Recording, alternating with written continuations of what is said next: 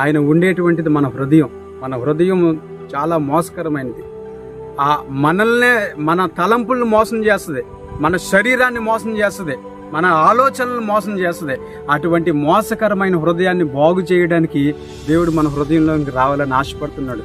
ఈరోజు నువ్వు ఏ స్థితిలో ఉన్నా సరే, ఈరోజు నువ్వు ఎలాంటి పరిస్థితులు గుండా వెళ్తున్నా సరే, ఈరోజు నువ్వు ఎటువంటి బంధకాల్లో ఉన్నా సరే, ఈరోజు ఏ చీకటి ప్రభావం అయితే నీ మీద పనిచేస్తుందో ఆ చీకటి ప్రభావాన్ని తొలగించడానికి కూడా నీలోకి రావాలని దేవుడు ఆశపడుతున్నాడు. ప్రియ దేవుని బిడ్డలారా, చిన్న మాట చెప్తాను.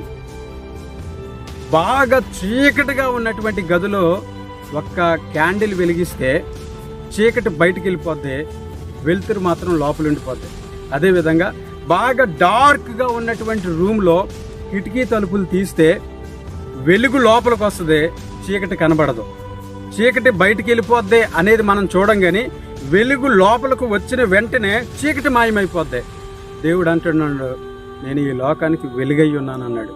ఆ వెలుగై ఉన్నటువంటి క్రీస్తు మన హృదయంలోనికి వస్తే, ఈ హృదయంలో ఎంత చీకటి ఉన్నా, నువ్వు ఎటువంటి చీకటి బంధకాల్లో ఉన్నా, నువ్వు ఎటువంటి చీకటి ప్రభావంతో నిండిపోయి ఉన్నా, ఆ వెలుగై ఉన్న దేవునికి నువ్వు ఒక్కసారి చోటిస్తే నీ జీవితం అంతా వెలుగుమయంతో నింపబడితే, నీ జీవితం అంతా 10 మందికి వెలుగును పంచేటువంటి వాడిగా, వెలుగును పంచేటువంటి దానిగా నిన్ను ఆశీర్వదిస్తాడు. మనందరం చూస్తాం, వీధి దీపాలు శబ్దం చేయవు, కేవలం వెలుగునే ఇస్తాయి.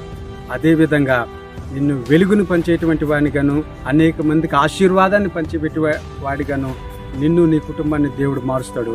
అటు కృప దేవుడు మనందరికి అనుగ్రహించును గాక. ఆమేన్.